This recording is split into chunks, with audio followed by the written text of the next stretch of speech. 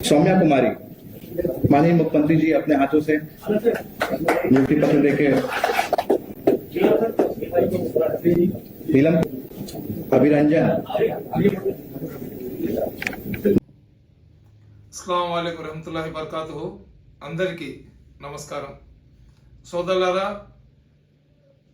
2-3 రోజుల ముందర బీహార్ ముఖ్యమంత్రి నితీష్ కుమార్ గారు ఎవరైతే ఉన్నారో అతను ఒక ప్రభుత్వ కార్యక్రమంలో ఒక మహిళా డాక్టర్, ముస్లిం సామాజిక వర్గానికి చెందిన ఒక మహిళా డాక్టర్ హిజాబ్ వేసుకుని వెళ్తే ఆ సర్టిఫికెట్లు ఇస్తూ ఆమె హిజాబ్ను అతను తొలగించడం అనేది నిజంగా సభ్య సమాజం సిగ్గుతో తలదించుకునే చర్య. అది ఇదే పని ఒక హిందూ మహిళకు ఒక ముస్లిం మంత్రి కానివ్వండి, ఎమ్మెల్యే కానివ్వండి, ఎంపీ కానివ్వండి చేసి ఉంటే ఈ పాటికి భారతదేశం మొత్తం అగ్నిగుండంలాగా మారిపోయేది.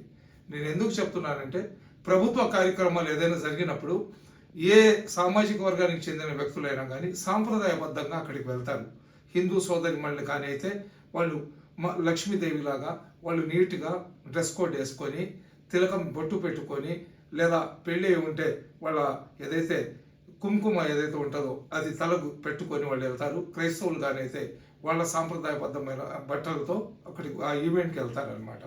అదేవిధంగా ముస్లిం సామాజిక వర్గానికి చెందిన వ్యక్తులు కాబట్టి ఒక ప్రభుత్వ కార్యక్రమం కాబట్టి ఆ కార్యక్రమంలో చాలా మంది ఉంటారు కాబట్టి ఒక సాంప్రదాయబద్ధంగా ఒక డ్రెస్ కోడ్ వేసుకొని హిజాబ్ వేసుకొని వాళ్ళు వెళ్తారు. వెళ్తే ఆ సర్టిఫికెట్ ఇస్తూ నితీష్ కుమార్ గారు ఏం చేశారంటే ఆమె ముఖం మీద ఉన్న ఆ హిజాబ్ని అతను లాగాడంటే నిజంగా అతని అహంకారానికి అతనికి మతిస్థిమితం లేకపోయిందా, పిచ్చి ముదిరిందా, లేకపోతే అతనికి అహంకారం వచ్చిందా అర్థం కావటం లేదు. ఇటువంటి చర్య బహుశా ప్రపంచంలో ఎక్కడ కూడా జరిగి ఉండదు. మహిళలకు ప్రతి ఒక్కరు కూడా ఒక భారతదేశంలోనే కాదు ప్రపంచంలో ఎక్కడ కూడా గౌరవిస్తారు. శరీరం నిండుగా బట్టలు వేసుకొని సాంప్రదాయబద్ధంగా హిజాబ్ వేసుకొని ఉంటే అతను చేతితో లాగడం అనేది వెనకాల ఎవరు బీజేపీకి సంబంధించిన వ్యక్తి అతను కాషాయ రంగు కండువా వేసుకుని ఉన్నాడు, అతను నివారిస్తున్నాడు. అంటే బీజేపీ వాళ్ళు కూడా అతను చేసిన చర్యను ఖండించే పరిస్థితి అక్కడ చూశాను నేను. ఆ వీడియో క్లిప్పింగ్ ఏదైతే వచ్చిందో ఆ వీడియో క్లిప్పింగ్లో నితీష్ కుమార్ లాగేస్తుంటే, ఏదో చెప్తూ అతను లాగేస్తుంటే అతని వెనకాల ఎవరో ఒక ఎమ్మెల్యేనో ఎంపీనో లేదా ఎవరో టోటల్ మీద కాషాయ రంగు కండువా వేసుకుని ఉన్న వ్యక్తి అతను నితీష్ కుమార్ యొక్క చెయ్యిని ఇలా పట్టుకుంటున్నాడు. అతను ఇటువంటి అహంకార పూరితమైన నితీష్ కుమార్కి వయసు మీరిపోయి ఉంది. ఇటువంటి వాళ్ళకి పిచ్చి హాస్పిటల్ వేయాలా.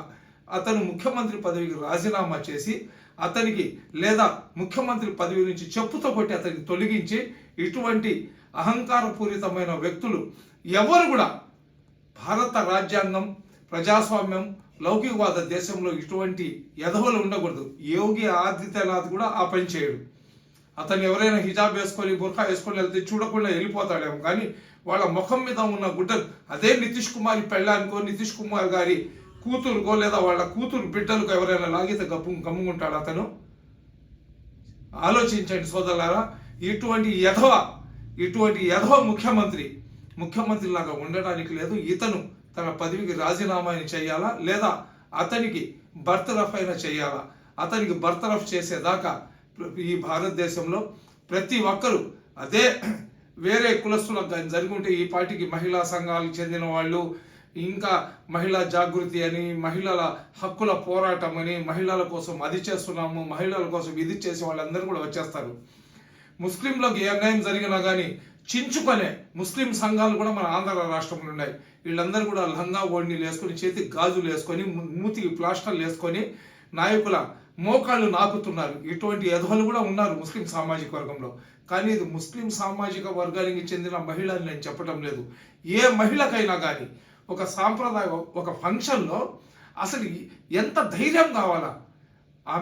ఆమె ఒంటి మీద బట్టలు నువ్వు లాగుతున్నావంటే అసలు నువ్వు ముఖ్యమంత్రివా, లేకపోతే వీధి రవిడివా, లేకపోతే నీకు పిచ్చి వచ్చేసిందా లేదా అర్థం కావటం లేదు. కాబట్టి నితీష్ కుమార్ని బర్తరఫ్ చేసేదాకా ఈ వీడియోని ప్రతి ఒక్కరు కూడా షేర్ చేయండి సోదరులారా. అస్సలాము అలైకుం.